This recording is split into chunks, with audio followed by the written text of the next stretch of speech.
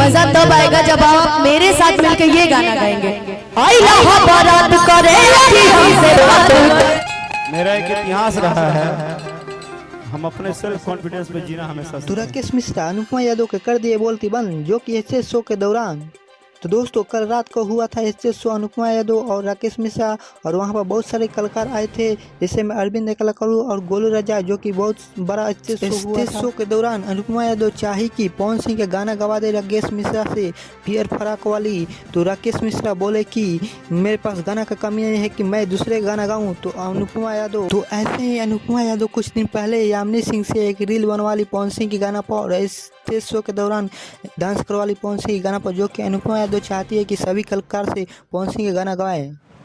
तो दोस्तों राकेश मिश्रा पवन सिंह के जबरदस्त तरीके से ले लिया और पवन सिंह का जबरदस्त तरीके से इंसल्ट कर दिया स्टेज शो के दौरान कि अनुपमा यादव का मुंह बंद हो गया। तो दोस्तों आजकल अनुपमा यादव सिर्फ विवाद करा रही है स्टेज शो के दौरान।